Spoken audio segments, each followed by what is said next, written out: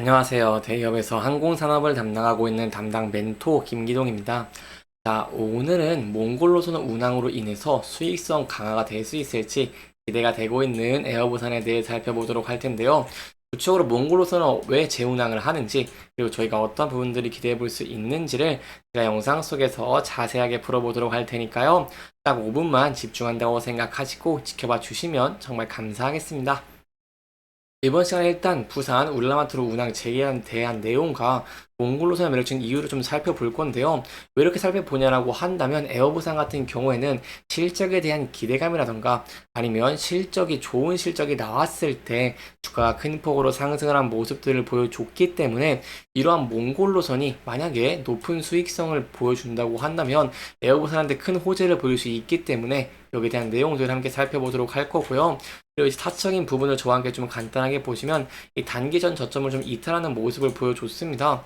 이렇게 이탈하게 된 이유는 몇 가지가 있다고 설명을 드릴 수 있겠는데 일단 좀 크게 세 가지로 설명을 드리면 일단 첫 번째는 유가라고 설명을 드릴 수 있겠고요. 두 번째는 환율. 이제 마지막으로는 이제 지수적인 영향으로 좀 볼 수 있겠는데 유가적인 측면을 본다고 하시면 최근에 유가가 굉장히 많이 올랐죠. 근데 에어부산 같은 경우에는 항공사이기 때문에 항공유가 매출에 좀 큰 영향을 미칩니다.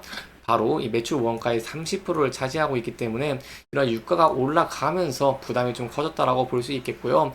환율 같은 경우에도 에어부산이 이제 리스를 하거나 구매를 할 때 달러로 비용을 치르기 때문에 환율이 증가하면 지급해야 되는 비용이 증가를 합니다.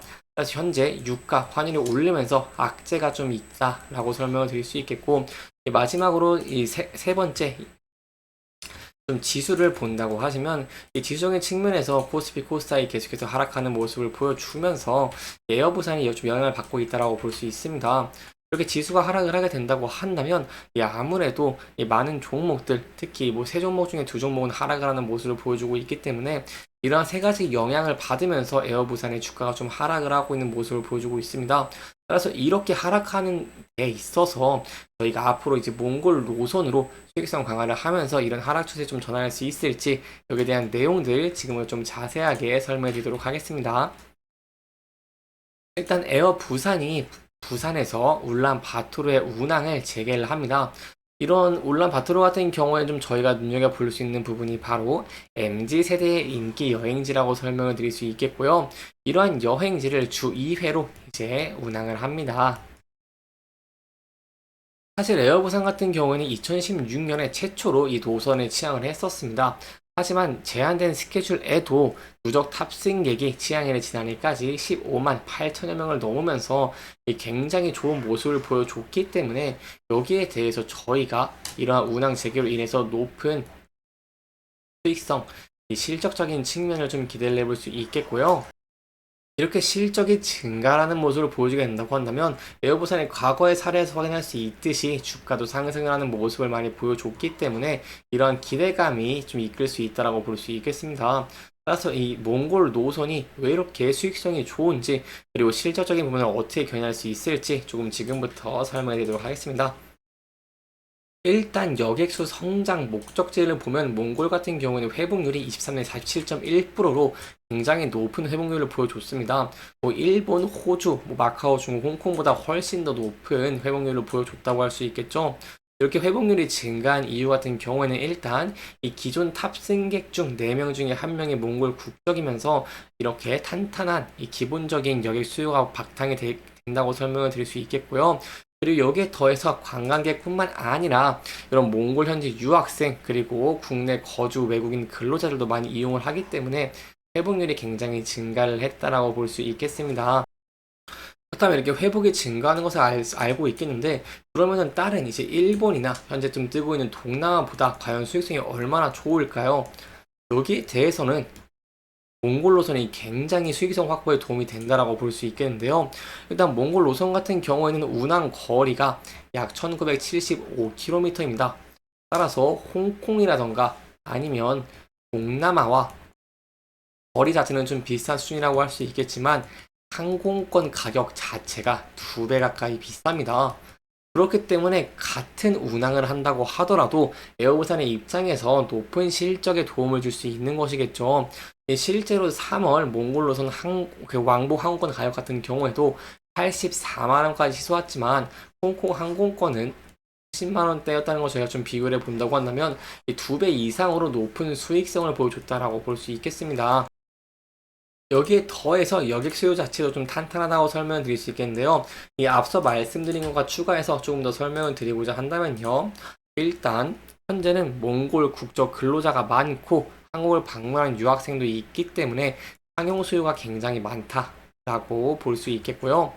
실제로 21년에는 몽골 노선 탑승객이 4만 1천여 명이었지만 22년 31만 8천여 명, 그리고 지난해에는 65만 3천여 명으로 급격하게 증가하고 있는 추세라고 볼 수 있겠습니다. 따라서 여기서 저희가 좀 볼 수 있는 부분은 여객의 수요가 증가를 하고 있고 가격적인 측면도 굉장히 매력적이어서 향후 에어부산의 실적적인 측면을 본다고 한다면 실적에서 굉장히 좋은 실적을 기대해 볼 수 있겠다라고 할 수 있겠죠.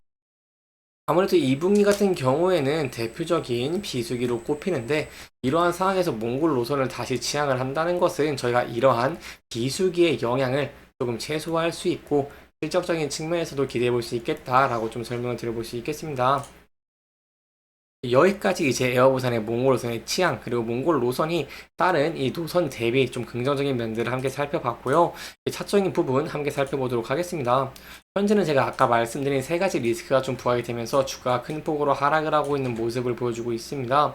따라서 이 부근대에서 그러한 리스크가 부각이 되면서 하락을 계속하게 된다고 한다면 저희가 이 전에 지지를 받았던 라인 때 2260원대에서 지지할 수 있을지 여부를 함께 지켜보시는 게 중요할 것 같고요. 만약에 부근대를 이탈하게 된다고 한다면 여기에 대해서는 제가 조금 리스크적인 관리를 하시는 게 안전한 처의 방법 중에 하나가 되지 않겠나라고 조금 설명을 드려볼 수 있겠습니다. 하지만 이러한 몽골 노선과 더불어서 계속해서 여객 수요가 증가를 하고 있고 일본 노선으로 인해 수익성을 강화하고 있는 모습들이 부각이 되면서 상승하게 된다고 한다면 단기적으로 이제 앞서서 지지받았던 이 라인대에서 돌파할 수 있을지를 지켜보시고요. 이 이후에는 저희가 계속해서 저항을 받았던 장기 이평선 바로 241선 돌파 여부를 함께 지켜보시는 게 중요할 것 같습니다. 만약 이 부분대에 돌파하게 된다고 한다면 저희가 이제 박스권 상단 부분을 좀 지켜봐야 될 것 같은데요. 이 부근대는 계속해서 저항을 받았던 구간대이고 단기 이동 평균선이 겹쳐 있는 구간대이기 때문에 강력하게 저항을 받을 가능성이 높습니다. 따라서 이 부근대에서 저항을 받을 가능성이 높다는 부분 염두에 두시면서 좀 신중하게 접근을 하시는 게 좋을 것 같습니다. 이렇게 이번 영상에서는 에어부산의 주가의 하락 이유, 그리고 전에 이제 과거의 상승 사례를 좀 보면서 추가적으로 상승할 수 있는 가능성과 이런 노선들의 장점들을 함께 살펴보면서 진행을 했고요. 해당 영상은 개인적인 의견이 많이 들어갔기 때문에 투자자분들의 주관적인 생각과 해당 내용을 토대로 현명한 선택을 하시면 좋을 것 같습니다. 이렇게 영상 잘 보셨다면 좋아요와 구독 부탁드리면서 오늘 영상 마무리하도록 하겠습니다. 끝까지 시청해주셔서 감사합니다.